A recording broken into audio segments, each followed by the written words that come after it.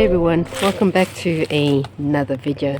And in today's video we are actually going to go around the homestead and I'm going to show you some medicinal plants and flowers that is probably growing in your back garden and you didn't really know about it.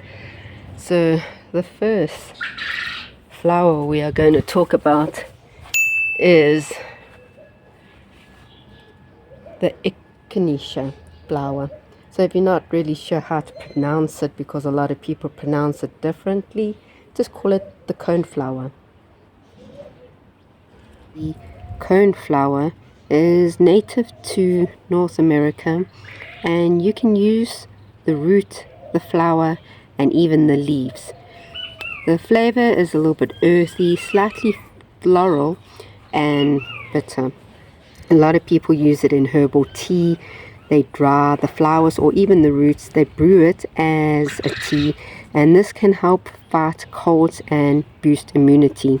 All you do to make it taste a little bit better is add some honey and lemon just for a soothing effect. Not only is it beautiful when it flowers, but you can actually feed this to animals. It's really healthy, and we actually give it to our rabbits when they are sick. Plant number 2 is the lavender. Not only is this plant mostly loved and versatile around the world, but it is valued for its healing properties, its calm, soothing scent, and it's practically used in the kitchen, in your garden, and even at home. So you get different types of lavender, but the lavender comes from the mint family and it's native to the Mediterranean region. The aroma is sweet, floral, and very calming, and the lavender actually attracts bees and butterflies and are great pollinator plants. So lavender is used to help with anxiety, depression, stress, and I absolutely love using the flowers, drying it out and actually using it for a herbal tea. It actually is calming and it actually helps with sleep. So I would definitely recommend growing lavender flowers around your garden. We've got 2 varieties. We've got the short bush, and then we've got the big bush that actually really takes over the garden. So make sure that you plant them in pots if you don't want it to overtake your other plants. A lot of people also put it in soaps, and I know that I've just gone and harvested a whole bunch off of my 3 big plants that I've overtaken, and I've hanged it up in a dry, dark area so it can all dry out.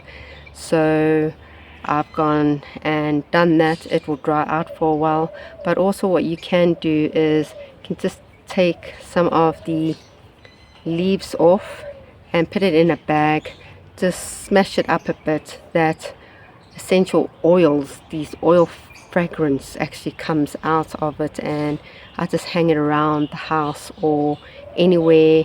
Like for example, I hang some of this by my chicken coop. It is very good in calming the animals. Don't put too much because it is quite potent, but this everybody can use, animals, humans. The next plant on my list is the nasturtium flower. Not only are they beautiful and have so many different colors of flowers, but they are edible, they are medicinal, and they have so many different uses around the kitchen, the house, and the garden. So the flowers are edible, and you can add these to soups, salads, cheese boards, or even on your sandwiches. Then the young leaves, you can see how much smaller this leaf is compared to the other leaves, are great for salads, pesto sauce, wraps, and they have a very nice peppery kickback. So, as I said, the whole plant is edible, and you can actually take the seeds and make your own nasturtium capers from them. And in the garden, not only does nasturtiums look beautiful, I've said that I've got a few different colors. I've got the orange, I've got the light orange one, which has the variegated leaves, the small climbing ones, which the flowers are absolutely gorgeous, and the flowers are a little bit like a pink orange, and the leaves are much smaller. But I've got so many different varieties of nasturtiums. But in your garden, I plant nasturtiums around things like kale and broccoli and cauliflower, because nasturtiums actually attract aphids. So if I come in close here, look at that branch, it is covered in aphids. All the aphids on that. And I've got some more here. And they don't only just attract aphids, they attract whiteflies and other insects in your garden. So I grow nasturtiums in my garden not only for its beauty, but because of the fact that they attract aphids, and we have a really bad problem when we do our kales and our broccoli. Aphids love attacking our crops, so this just helps attract your aphids. And I've gone and grown this nasturtium plant near a fennel plant. So if you've gone and checked my other videos, I explained to you fennel is not something that we actually eat at home, but it's something that we grow around the homestead because it attracts ladybugs, and ladybugs love to make their homes and nests in fennel where their babies can hatch. So by having a fennel plant where a whole bunch of ladybugs are going to breed, and then having nasturtiums where the aphids will go and attack, I feed the ladybugs insects like aphids, because ladybugs love aphids. Not only is this great for humans, but this plant is great for your animals as well. So we have quails, and they love it, chopped up in their food. And our bunnies get this at least twice a week because they are absolutely crazy for nasturtium leaves. If there is a plant that really takes my breath away, that would be rosemary. She is an absolute beautiful plant to have in your garden. She is drought tolerant. She's versatile in so many different ways, and it's just amazing to have rosemary growing in my garden. I speak about rosemary a lot. So this is one of my rosemary pots that I have in the garden. It is absolutely an incredible herb which I love drying, I love having around my homestead, and this is my main plant here. I've taken a lot of cuttings making a whole bunch of smaller plants. So from one plant I've made probably around the homestead 10 around my homestead, and then the last one over here is a different variety. So this one grows really tall. You can see the new stems on it, and it grows pretty easy, where this variety is a shorter bush and the leaves are a little bit knitted together closer. If I come to this side here, I have some more rosemary in a pot, which is a rosemary I propagated from my main rosemary. If I swing around here, I know that I have some rosemaries growing that I've just propagated as well. There's another one. Rosemary, as I've mentioned before, is quite easy to propagate. I've done so many videos regarding rosemary. So go take a look on how I propagate these amazing herbs. But all it do is you can take it off of a semi-soft stem. You don't want a hard stem. And you can either put this in water and let it root, which is very, very easy, or you can just put some hormone rooting powder on here, stick it in the ground. Depending on what climate you're from, you can just take it like this and stick it in the ground. Just make sure that the season is correct in your zone.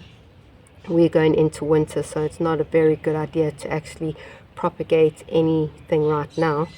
But I could easily just take this and put it in the ground, and I have a whole new rosemary plant. And then with these leftover leaves, I can actually use it in my meals. They are great in lamb, and you can also make like a pesto with rosemary. You can also dry rosemary out and use it in your food for later purposes, so it stores very, very long. And the smell is absolutely amazing. The rosemary also attracts bees, flowers, and other beneficial insects. Rosemary is great to plant near beans, carrots, and cabbage. They are perfect for dry and hot climates, so once established, it barely needs water. The next herb on my list is mint.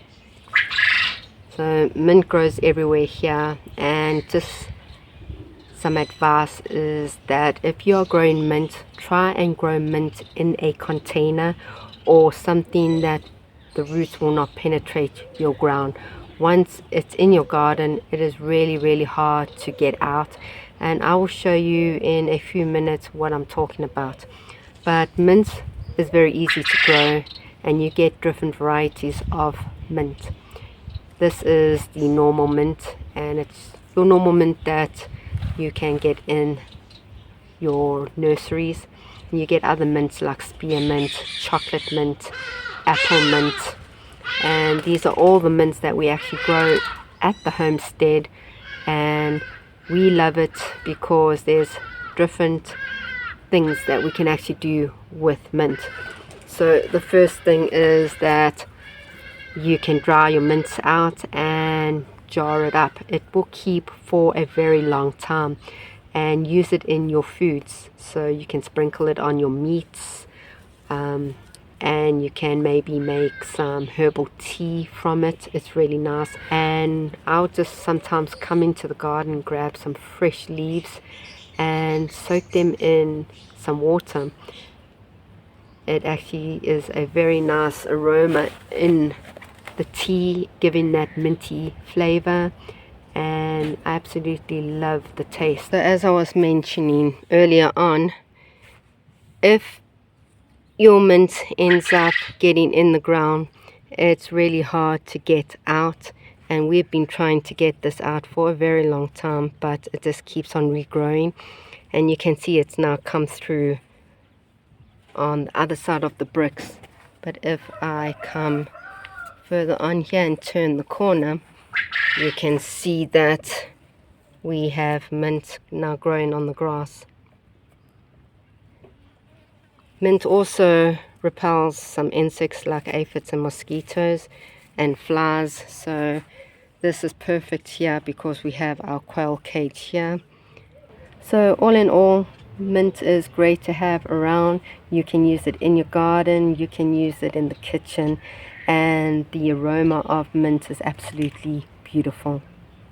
So thank you for spending some time with me in my little homestead, where I can share with you the plants, herbs and flowers I grow around here in order to help me not in my garden only, but in my kitchen and around the house. Comment below and tell me, what do you guys grow in your garden? Remember, we're here to learn together as we grow together, and I would really appreciate it if you guys hit that like button, subscribe, and I will definitely see you guys all in the next video.